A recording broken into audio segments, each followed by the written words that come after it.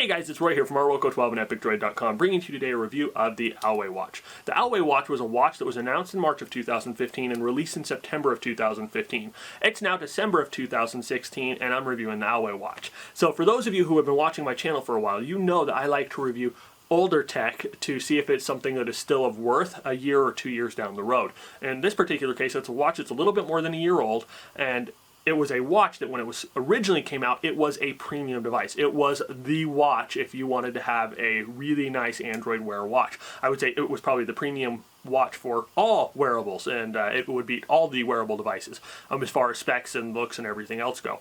The watch, when it was originally released, cost between $350 and $800. There were several different variants of it, like different colors, different bands, different variations that you could do with those, and that's what gave it the price range. But the watch had some pretty nice specs. It came with a 1.4-inch screen and a 400 by 400 pixel resolution. At the time it was released, that 400 by 400 pixel resolution was the highest resolution device, or I'm sorry, the highest resolution on a Android Wear device. And I believe it is still the highest on an Android Wear device. And that amazingly high resolution gave it some really good quality images on the watch face. The watch also came with 512 megs of RAM, it came with 4 gigs of internal storage, and it came with a Snapdragon 400 that powered everything. And running all that was a 300 milliamp per hour battery that was supposed to give you up to 48 hours of battery life. The watch also came with an IP67 rating, which meant that it was supposed to be water resistant up to 1 meter of water for up to 30 minutes. Now, the Huawei watch, with all those great specs, looks like an awesome deal. Does it look like it's worth $350 to $800?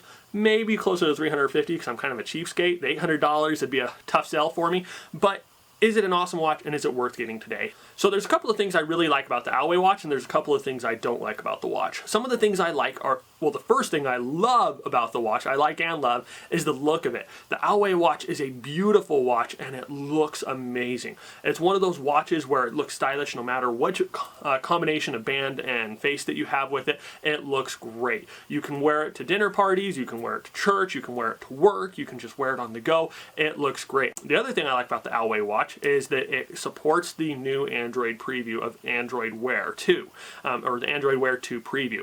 So what that means is that this watch is forward compatible. Google is currently working on Android Wear 2, and they have released several development or several beta builds. I've run a couple of them on here, and they've been pretty impressive, and they've been kind of cool. They don't have all the features that I like, or they were missing a couple of features that I did like, and so I went back to Android Wear 1 point whatever it is on now, and I've enjoyed the watch with that experience. But I'm excited because Android Wear 2 does bring a lot of great features, and I can't wait to see what Google does with those and how they work on the Huawei watch in the final product.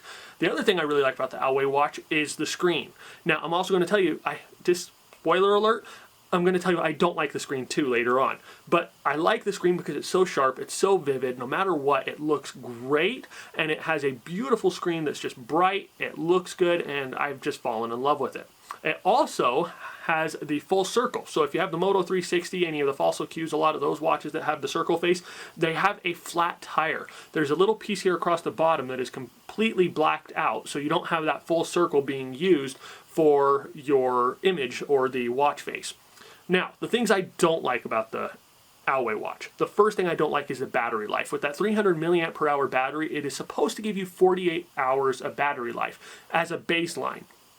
That 48 hours, I have not yet seen it. I have only gotten it up to 24 hours of battery life. The watch when I got it was practically brand new. I did get it used, but my friend had only used it a couple of times, and he decided he didn't like it, and he liked to go back to his old analog watch. So he didn't use it very often, and I have been using it, quite a bit, but I don't use it heavily. I don't use the always-on feature. I don't use the Bluetooth all the time. I don't always have Wi-Fi on, and I don't do the auto sync. I turn it off at night, and I have found that even with all those additional measures, I'm only getting 24 hours of battery life. Now, is that 24 hours of battery life manageable? Yes. I can put it on a charger, and it's great, and it's good to go. But it's a pain in the neck that I have to charge it every day, where other smartwatches, I can get 2 days or 18 hours of battery life before I have to charge it again. So it's just a little bit of an annoyance there. Not a big one, but it's a little bit of an annoyance. I talked about the screen earlier, and I said I like it. I also don't like it because the screen looks great everywhere but in direct sunlight. So if you guys look at this clip here, I have one of my studio light shining down on it, and the screen is very washed out and very faded. It's very difficult to see, and because of that, it's hard to use outdoors. You can use it as long as there's not direct sunlight. I find that if I'm outside around noon when the sun is right overhead, it shines down on it and it makes it really difficult to see. But overall, yes, it is manageable, and yes, it is able to be seen in decent light, as long as it's not direct. If it's shining right down on it, then you're hosed and you won't be able to see it. You have to cover it, and then you can look at it, and then you can tell the time. But the other thing I don't like about it is the charger. So the charger, it's a cool concept, and at first I was really excited for it. It's a magnetic charger, it's wireless charging, and I thought that was really great. But the problem with this charger is it's a little teeny tiny puck. You slide that in there, and it starts to charge. Great concept. Because it's magnetic, it is a little bit hard to get that seat just right sometimes, so it's a little bit difficult to get those charging ports lined up exactly where they need to be. If you wear the watch constantly, and if you're a sweaty guy, or if you work in dirt or mud or whatnot, if you get anything on those leads, it's very difficult to clean them off and to get that connection back. You can do it, use some rubbing alcohol and a Q-tip, you're good to go. But it is kind of a hassle that you have to have this one charger that is the only charger that can charge it. There are several OEM ones that you can buy on Amazon, or I'm sorry, non-OEM ones that you can buy on Amazon, and they're relatively cheap, but it's still annoying that all my other phones, all my other devices are micro USB or a USB-C, and I have to have a special charger just for my watch. So, the three things I didn't like. I didn't like the battery, I didn't like the screen, and I didn't like the charger. The things I did like. I really liked the screen, I really liked the look of it, and I really like the specs and the forward compatibility.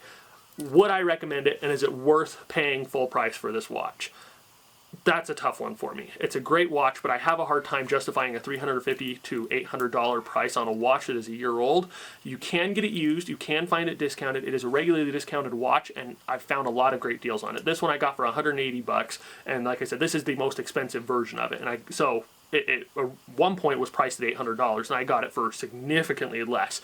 But it's a great watch. I really do like it. If I'm going for watches that look good, this is my preference, and this is the watch that I want to use. But overall, this is a great watch. I would definitely advise you guys to check it out. So I'll have links in the description below to some links on Amazon for different variants of it. If you guys have any questions, hit us up in the comments. If this video has been helpful to you, please give us a thumbs up and share it with your friends. And as always, just want to tell you guys thank you for watching. Thank you for all your support, and you all have an awesome day.